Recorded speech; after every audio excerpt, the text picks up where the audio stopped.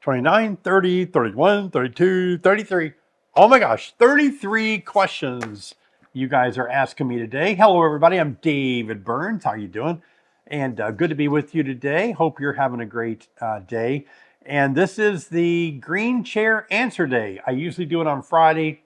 Been wrestling the flu, so I'm a few days late on that. Pushing through, though. That's right, pushing through to help you guys out. Got a lot of talk about today, so I hope you enjoy sticking around.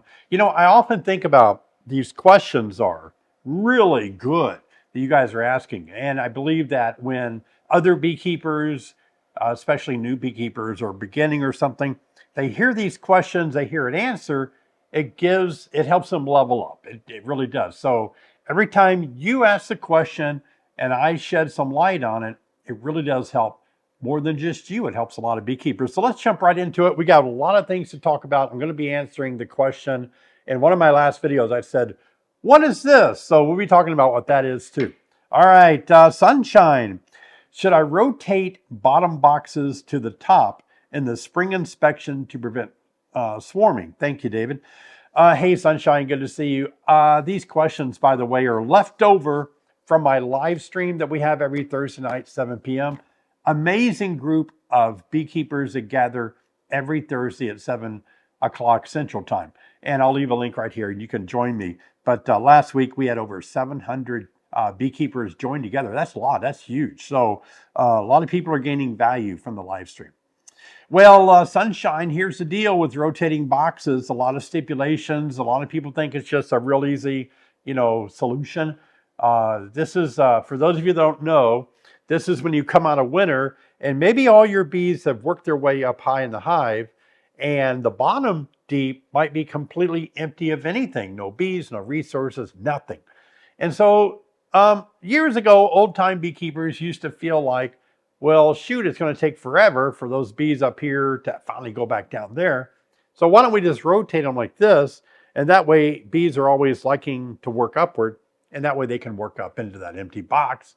And yeah, that works really good if you don't have any brood in the bottom box. So if you have brood, that's a little bit of brood in the bottom box and a lot of brood in the top deep box, I wouldn't rotate them. I don't like to separate the brood area. The other thing about preventing swarming, maybe it would help, but again, I wouldn't bank on it. A lot of misconceptions about swarming. A lot of people feel that swarming is always a result of bees that are overcrowded, they run out of room. That's not true at all. Swarming is a reproductive tendency. Bees want to reproduce by making another hive. They'll do it when they have plenty of room. Yeah, they will do it when they have very little room. It's a swarm, reproduction swarm, and it doesn't matter what you do, they just want to reproduce. But there are times that you have a crowded situation and bees swarm because they're crowded. But more than likely, especially in the spring, bees are wanting to swarm because they are definitely wanting to reproduce. All right, hey, Rich, is too much wax on a frame being inserted in a box an issue? More the better, or just a quick coating sufficient? Yeah, Rich, the deal with that is I made a lot of videos for those of you that are new to my channel. Thanks for watching. But over the last decade or so, maybe longer, I've been making videos of me coating my frames with extra wax to help them pull the comb out faster. These have been on there about a week. They've been on 8 days. So this says excessive wax coating, which I put on August the 3rd. And as you can see with the excessive wax coating, they've drawn it out nicely, even toward the outside wall. I have done some experiments with larger amount of wax on a frame, and it really doesn't make any difference at all. Whether you can you put too much on there? I couldn't. Even when I coated it on there excessively heavy, the bees still utilized it, and it didn't look any different. I think there's a point when if you don't add enough, it takes longer for them to draw it out. So definitely, I would not hold back. I would add as much as you can. BMAX, starting with my first hive this year, attempting to catch a swarm. How many frames of comb should I give them when I bring them home? If you catch a swarm in a swarm trap, you put them in maybe a deep hive body, definitely put all 10 frames in there. Anytime you're putting bees in a box, it has to be full of frames or they're going to build some comb in spaces where frames do not exist, and you don't want that. Hey, Carol, if I put pollen powder into sugar water, will bees make bee bread from it instead of storing it in the supers? No, the amount of pollen substitute that I like to put in my sugar water is a teaspoon per quart. Now, a teaspoon is even smaller than the teaspoon that you use to stir your coffee with. A true teaspoon is a very small amount of pollen substitute. And so it's getting distributed through that water in a very low amount. It's not much at all. So they won't have any desire to make any bee bread out of that. No. All right, Matt. What's the best time in the spring to do a cutout on a bee tree? Best time in the spring? It doesn't really matter, Matt. You're going to face the colonies swarming. If you wait too long into the spring, if you get into the swarm season, they could swarm on you. If you want to keep them at their maximum population, in Illinois, we have swarm season about the first week in May all the way through June, middle of June sometimes. So if I wanted to cut them out, I might cut them out before swarm season.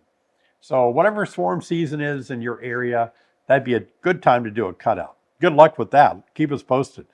Hey, Thomas, which is better to order, a package or a nuke? I've made a lot of videos and I've talked a lot about this, and be sure and watch those videos.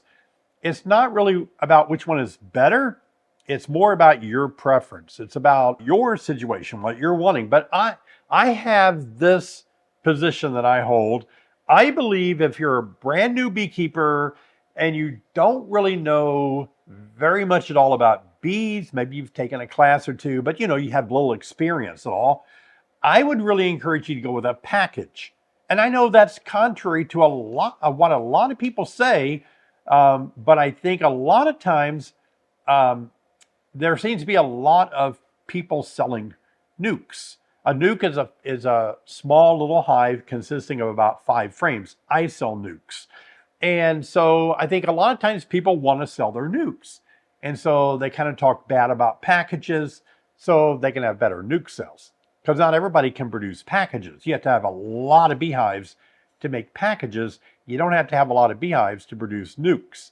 Let's say if you wanted to be a nuke producer and you had maybe 10 hives, you could easily produce 10 nukes, maybe 20, if you had a little time for them to grow back. So you can see the difference there. So I think a new beginner, a new beekeeper ought to really start with a package because you get to watch it grow. You get to watch the queen get released. You get to watch them draw comb out on the frames. And it's a fun experience to watch a package mature. Now, if you buy a 5-frame nucleus, the advantages are they are already going. The queen's been released. All the 5 frames are drawn out. There's different stages of brood and resources. But it may be too overwhelming for the new beekeeper. Not always, but I'm just saying sometimes it's overwhelming. You're starting with half of a hive. And so it's better if you can watch it grow. But it really is up to the beekeeper. I think it's good both ways. That's why I sell both. I sell packages and I sell nukes. Some people like it to sell a nuke. If you buy a nuke, you don't have to worry about the bees absconding. A package, sometimes the whole hive may leave a day or two after you install them. They're not going to do that as a nucleus. All right, Ricky, why do bees pipe? Pipe, some of you may be seeing this question and you may not know what that means. It's a piping noise. It sounds like this. I'll try to do it with my Colt. It sounds like meep, meep, meep, meep. That's what my nose sounds like when I sleep at night with my flu, I guess. Meep, meep, meep, meep. Oh gosh. Meep, meep, meep. All different kind of tunes or tones, I guess. And I've made videos of my queens that I raise making that piping sound.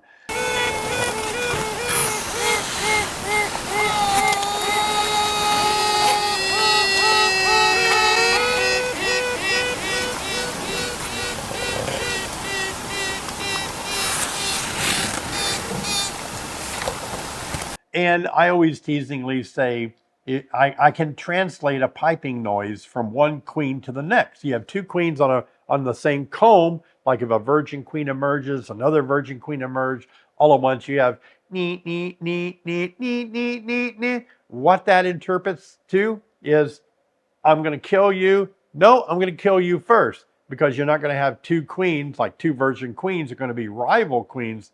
They're going to kill each other. So that's what that noise is. Yeah, you see it mostly in queens. All right, Brian. Also, wait a minute. Also, did I miss Brian's first question? Well, let's go with that. Maybe we'll cycle back. All right. Also, is it okay to pull frames in temperatures lower than 62 degrees Fahrenheit to balance weak hives with strong hives? 62 is borderline. You could probably get away with it if it was sunny outside, not cold and snowy or windy at the time.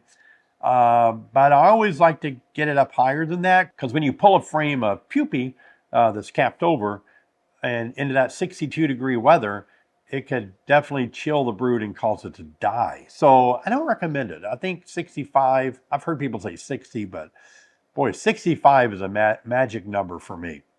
Hey, Gary, what is the process you follow in using green drone comb, green drone frame? When do you pull it? What do you do with it? Okay, good question. Happen to have some right here. And I think I saw several more questions about this. We'll keep talking about it. Green drone comb. This comb is larger cell size, so the queen knows when she measures it with her front two legs not to fertilize her egg. She lays an unfertilized egg, which becomes a drone. This whole sheet will be drone brood with like drone eggs and eventually larvae. And the mites, the viral destructor mite, prefers to go onto these cells with the drones because they have a little bit longer maturation period to mature. Drones mature in 24 days, workers are 21. And so it is a good way to trap mites. And we've used it for many, many years. Pretty common practice to use a green drone comb. So what you do to answer your question is you actually put this in a hive, let them draw it out, let the queen lay on it. And once they start to cap over about half of it, I usually take it out. I don't want the drones to emerge because then the mites get out. So once it's halfway capped over, I'll take it out and I'll put it in the freezer for 2 days, and that will kill all the mites on it. Kills the drones too, but you're raising excess drones as a way to trap mites. And I think this year we're all realizing how terrible it is to let your hives be attacked by mites. All right, Gary, hope that helps you out there. Matthew, raccoons are messing with my hive. How can I stop them? Raccoons will mess with beehives. I've seen people that were feeding their hives with an entrance feeder. They say the raccoon took off with the feeder jar. So the best way is to eliminate the raccoon. Now, I know many of you are raccoon lovers. You would never want to hurt or injure a raccoon. Obviously, you're going to have to find a way to keep the raccoons separate from your hive. I don't know if that's going to be a fence or something. Those of you that have a real big problem with raccoons or possums, you might want to get a trap and trap the raccoons or the possums, whatever, and take them off to a better place to be, to a better part of the forest away from your house or something. So you just got to separate the bees from the other little creatures. All right, Kaylee. Hi, David. Have you tried feeding some type of fruit water instead of sugar water? I'll keep you updated. Oh, okay. I've experimented with that. Yep, I've experimented. And I found this. Bees love anything that is sweet. Bees love sugar. It is amazing. You hear people coming up with new ways or new concoctions to feed bees. And people are always like, oh my gosh, have you heard about this new way to feed bees? Oh, it's wonderful. My bees love it. That's because it's sugar, and bees love sugar. Nothing new here. Recently, in the last few years, people have fallen in love with feeding their bees fondant. Well, feeding bees to fondant is a well-established, a very, very old method of feeding bees. It goes way back. But it's like everything else. it gets a fresh coat of paint, somebody talks about it, and oh my gosh, they think it's a brand new idea. But it's just that bees love sugar. They'll love fruit juices. That's right.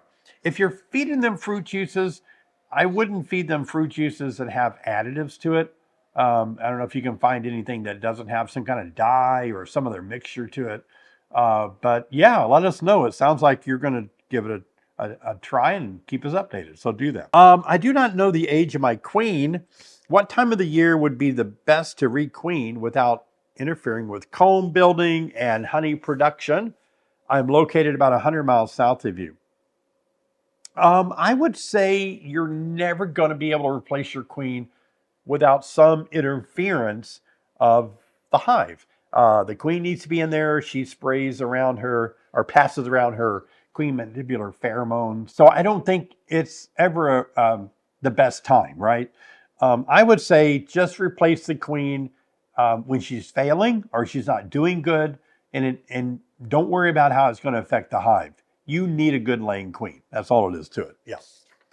A lot of questions. That's great. I love answering questions. I wish I felt a little better. I don't feel real bad. Sherry gave me this flu. Thank you, Sherry.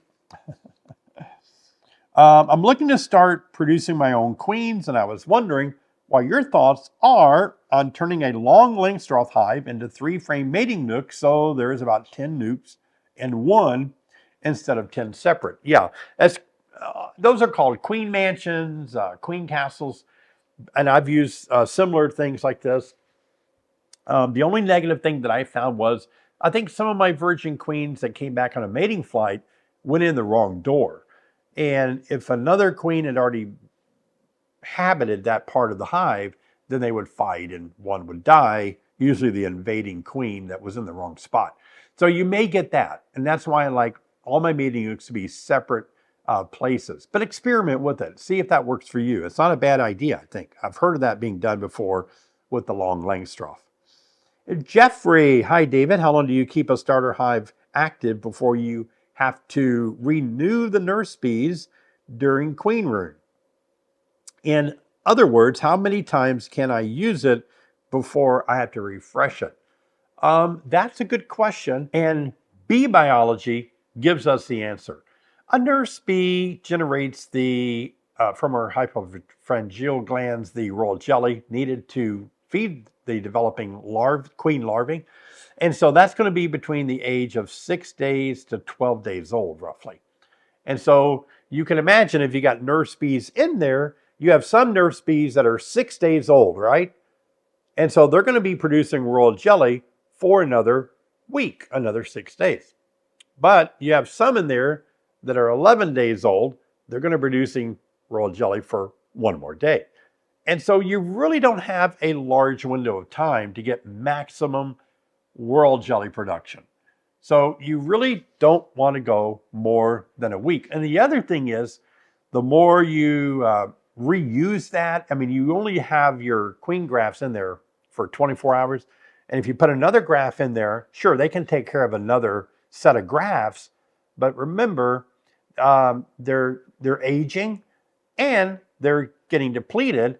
They may not be able to regenerate or metabolize their food so quickly in that setting as they would in a big hive. So your nurse bees may not really impress you after just one graft. I'd play around with it. When I was experimenting with it to find out the answer to your question many years ago, like well over a decade ago, I found that the third time I put grafts in there, now I'm putting in about 40 grafts at a time, the third set of grafts, they did not do well. The nurse bees were just too old. David, what is the safe time to take honey after a varroa treatment? It shouldn't matter. Maybe I'm thinking about this the wrong way, but the way I look at it is you need to follow the label on every treatment for the mites, the varroa mites. And many treatments now allow you to treat with the honey supers on, meaning that the treatment doesn't get absorbed into the honey. So in that case, it really doesn't matter, right? So you can take it off. I would say, though, that for me personally, I like to take my honey off before I treat. And I know even though it's safe to treat with it on there, I just don't want that in my honey. But there are some treatments that won't allow you to keep your honey supers on during treatment. All right, Scott, is there value in using green drone comb to raise drones, or is it best just to use these frames for IPM for mites? Well, we talked about IPM, integrated pest management for mites, by trapping them. But is there value in using this for green drone comb to raise drones? It is. If you have a great set of genetics that you have tweaked with your bees and you want the genetics to be passed on to the next generation, well, drones play a big part in that, obviously. And so you can raise drones from that hive with the green drone combs. Now, when you do that, you're going to be raising a lot of mites. That's the battle in queen rearing. When you're raising drones for queen production, you're going to be raising a lot of mites as well. So that you just got to struggle through that. Oh, by the way, now's a good time. We've got a lot of questions coming up, but let's take a break. I'll wet my whistle a little bit too. What is this? I made a video a few videos back, and I said, you guys should guess what this is. And a few of you got it. Well, this is out of my queen incubator. And so I use California mini cages like this. And I made this so it sits in the bottom of my incubator, and I'll put it in here like this, and these just kind of wedge into position, and they have a little hole. And so what I do, and I've made videos about this, and I think it's in my queen rearing course, my online queen rearing course. But what I do is when I have queen cells that I take out of the finishing hive, and I'm kind of like all jammed up, I don't have enough mating nooks out there to put these queen cells in, I'll put them in here, and I'll put the queen, I usually wallow this out a little bigger, the hole, and then I put my queen cells in there, and now I can see if the queen emerges, and then I can deal with her, put her in another hive or something. But it's just a way for me to watch in the queen incubator when these queen cells open. So that is what this is. Congratulations for those of you that got it right. Oh, and by the way, please subscribe to my channel. We just crossed 160,000 subscribers. Bobblehead David is here saying, please subscribe.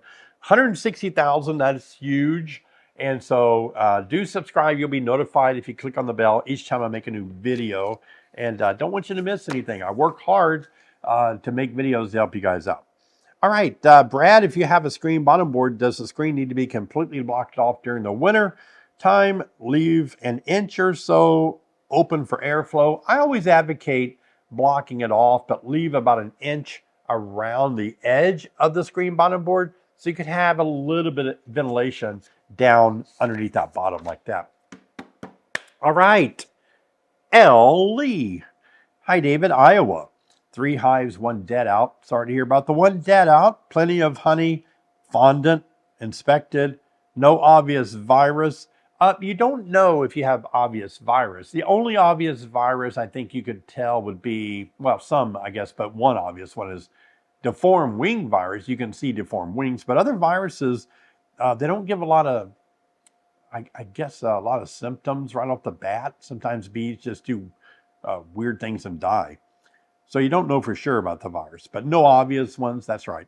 Found open queen cells, not there when closed hive. Okay. Found dead queen. And this, we're talking about our dead out, I guess. Suspect unmated. Is that why the hive died? So you found a dead queen. They might have replaced her. She may not have had time to mate. You could be accurate on that. She's a virgin queen and she would have died. I've had hives that overwintered with a virgin queen, but then in the spring, she never mated. If virgin queens don't mate within 21 days, they just generally never will mate at all. And so that could be what happened. But in this case, I tend to be thinking that maybe this queen just died. Maybe she was left outside the cluster, the larger cluster. She was not with them for some reason. Did you have a queen excluder? I mean, some reason she failed. And it could be that she was frozen. She just got too cold. That's what I'm thinking. The population would have been low. Maybe the whole cluster, obviously it's a dead out, So she died with all the other freezing bees. I don't think she was a virgin queen.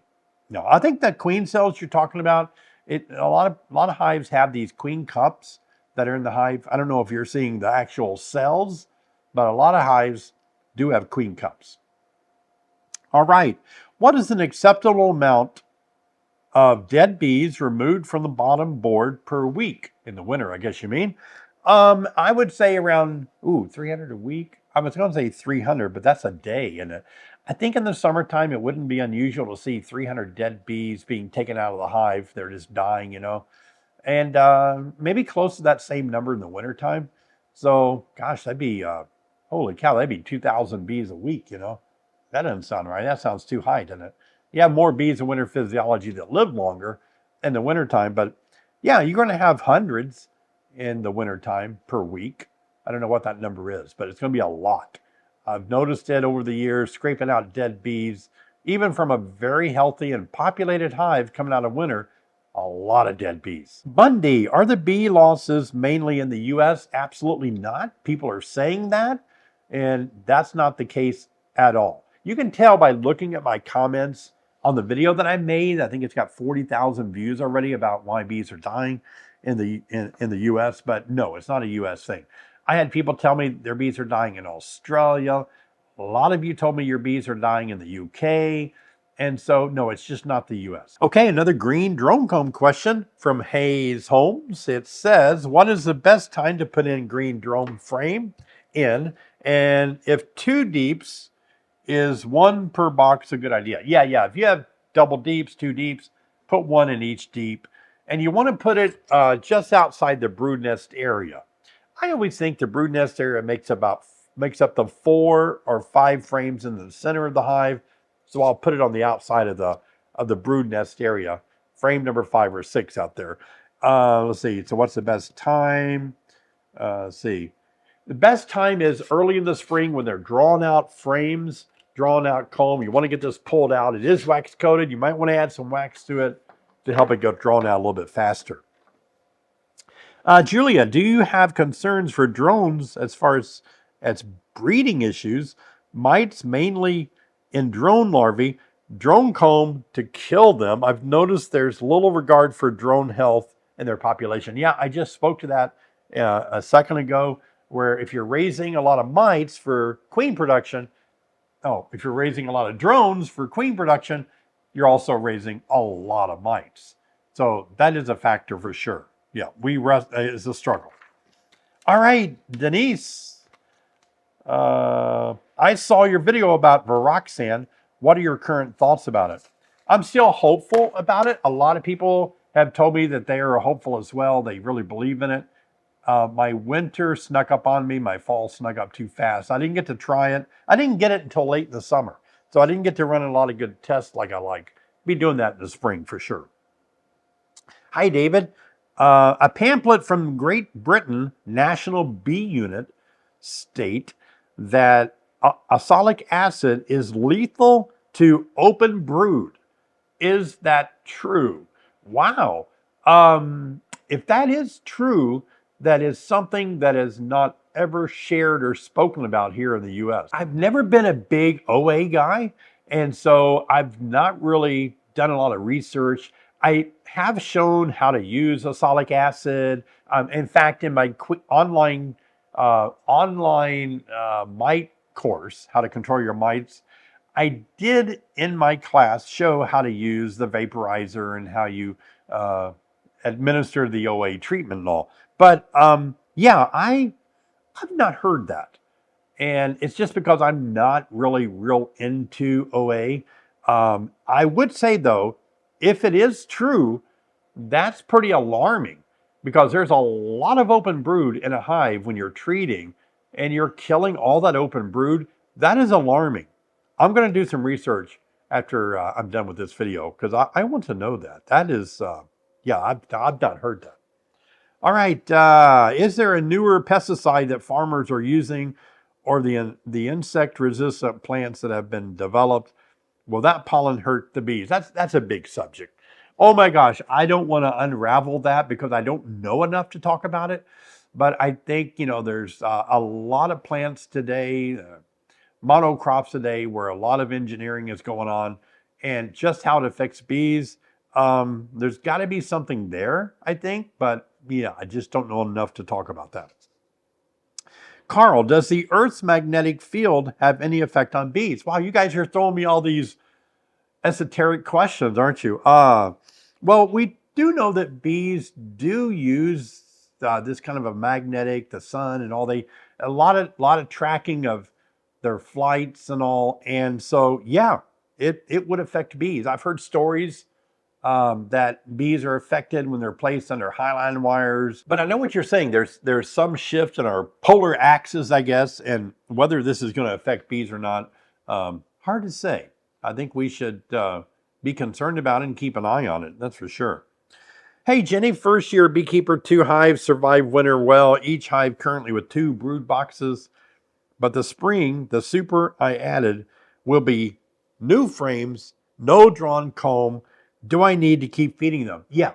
Feeding bees when you're drawing out the foundation on those frames is going to help your bees so much. They have to consume about 8, I guess a good way to say it, 8 pounds of sugar water or honey to metabolize it and to make wax, 1 pound of wax. So they do need a lot of incoming nectar or food you're giving them to help them draw wax out. I definitely do that. All right, Justin. Hi, David.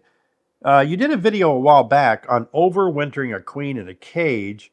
Will you be doing a follow-up video on her status? Very interesting. Thanks for what you do. Yeah, I did do a video last fall trying to make that work. And to be honest with you, I have not revisited that hive to check on it. Kind of hate to open it. So we'll see how that goes. I think that in all intents and purposes, that was just a real simple way to see if it would work. And remember, I said it's always better to do an experiment as simple as possible. And then if it doesn't work, you can make it more complex.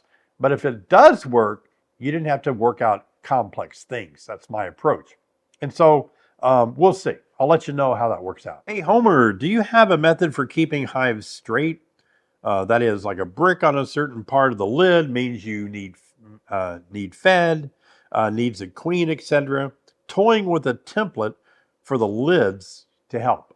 Yeah, that's an old trick of beekeepers from way back. I learned that from old beekeepers 30 years ago.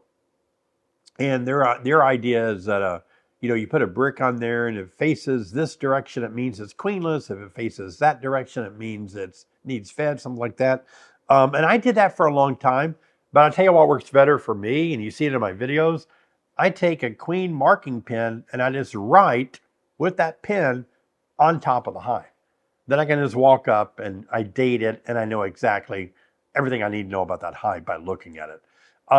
The reason I quit using the rocks on top is because sometimes animals would get up there, like a possum or a raccoon, or sometimes we would have to go out there real quickly and do something. We didn't put the rock back in the right position. It just wasn't working for us. Matthew, I'm fairly confident I have a fairly small and weak hive coming out of winter. Do you have experience with putting a weak hive over 2 nukes with a queen excluder between to boost the weak hive? I've tried to overwinter your scenario you mentioned here and never was really good at that. It should work. I don't think that's the best approach. I would take my 2 nukes. I mean, a nuke is something that's great, right? It's going to make a hive in a month. I would let it grow I would let the 2 nukes become 2 different hives. And then I might eventually combine my weak hive with one of the hives that I've made from my 2 nukes. That was an amazing amount of questions. Oh, wow. I hope you enjoyed getting some answers to help you add to your beekeeping knowledge, how to keep healthier bees and make fewer mistakes. I made a video that I really want you to watch because my videographer, Pat, it was his favorite video that he filmed. He does a lot of filming with me, and he likes the video a lot. He'd like for you to watch it. It's all about how to harvest honey, different ways to do it and all. Check that video out right here.